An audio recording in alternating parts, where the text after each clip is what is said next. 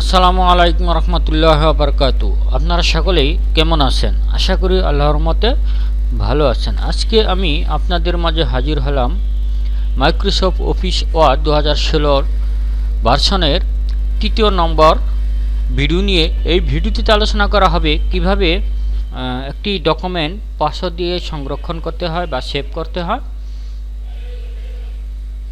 অনেকেই গোপনীয় কোনো কিছু সংরক্ষণ করে থাকে যাতে অন্য কেউ না দেখতে পারে। সেই সংরক্ষণ বা গোপনীয় করে রাখার জন্য পাসওয়ার্ড ব্যবহার করতে হয় বা সিকিউরিটি কোড। এই সিকিউরিটি ব্যবহার করে আপনি শুধু দেখতে পারবেন, আর অন্য কেউ সিকিউরিটি কোড বা পাসওয়ার্ড জানবে না, অতএব সে এই ডকুমেন্টেও ঢুকতে পারবে না বা লেখাগুলো দেখতে পারবে না। আচ্ছা, সেই ক্লাস আজকে আমরা দেখব। আমরা এখন দেখব পাসওয়ার্ড দিয়ে কীভাবে ডকুমেন্ট সেভ করতে হয়। তার পূর্বে আমি আপনাকে একটি অনুরোধ জানাই, সেটি হলো যদি আপনি আমার এই চ্যানেলে প্রথম ভিডিও দেখেন বা যে ভিডিওটি দেখছেন এটি যদি প্রথম হয়ে থাকে, তাহলে দয়া করে আমার চ্যানেলটি সাবস্ক্রাইব করবেন এবং পাশে থাকা বেল আইকনটি ক্লিক দিয়ে রাখবেন, যাতে পরবর্তী ভিডিও আপলোড করার সাথে সাথে নোটিফিকেশনটি পেয়ে যান। তো এখন আমি মূল আলোচনা চলে যাচ্ছি। ডকুমেন্ট সেভ করার কিবোর্ড কমান্ড হলো Ctrl+N, অনেকে বলে Ctrl+N, যাই হোক আমি বলছি Ctrl+N। আচ্ছা, এই ডকুমেন্টটি আমি পাসওয়ার্ড দিয়ে সংরক্ষণ করব। তো এই ডকুমেন্টটি আমার লেখা আছে, যাই হোক আমি একটি নতুন ডকুমেন্টই নিই, এটা আমি বাতিল করে দেই। আচ্ছা, আমি নতুন ডকুমেন্ট নিলাম।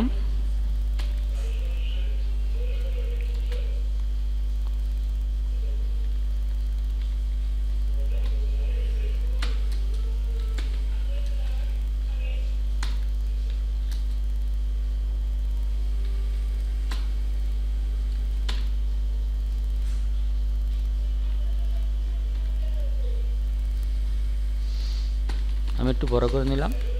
যাই হোক, এই লেখাটি আমি পাসওয়ার্ড দিয়ে সংরক্ষণ করে রাখব। তো এখন আমি যাব ফাইল মেনুতে।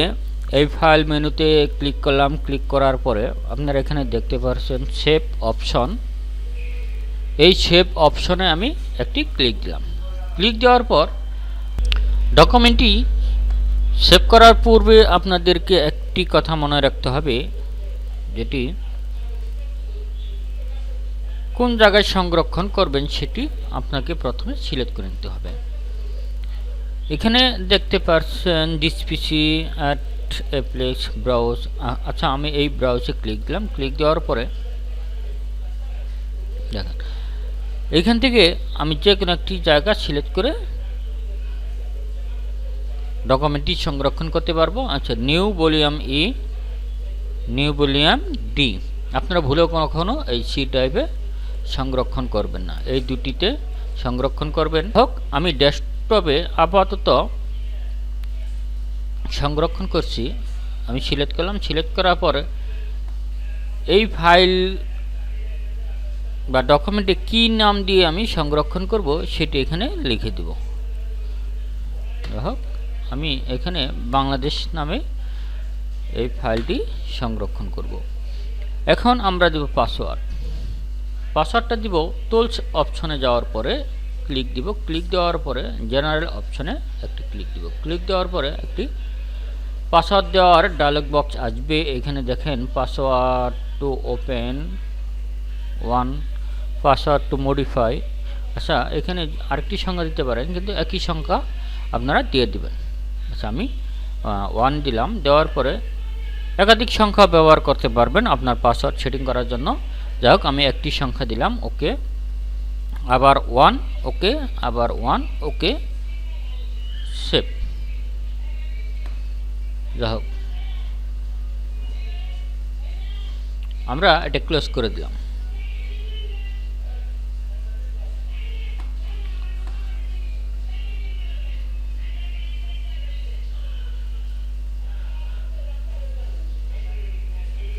ক্লোজ করে দেওয়ার পরে আমরা যে জায়গায় সংরক্ষণ করেছিলাম সেটি হলো ডেস্কটপ।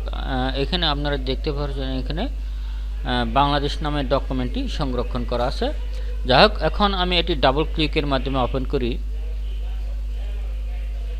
দেখেন, আচ্ছা, এখানে অবশ্য আরেকটি ডকুমেন্ট সংরক্ষণ করা ছিল,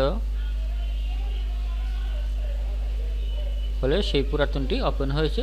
যাই হোক, এখন আমি আবার ডাবল ক্লিক করি। ডাবল ক্লিক করার পর দেখেন এই ডকুমেন্টটি পুরোপুরি ওপেন হলো না। এখন আমি পাসওয়ার্ডটি দিব 1 ওকে 1 ওকে।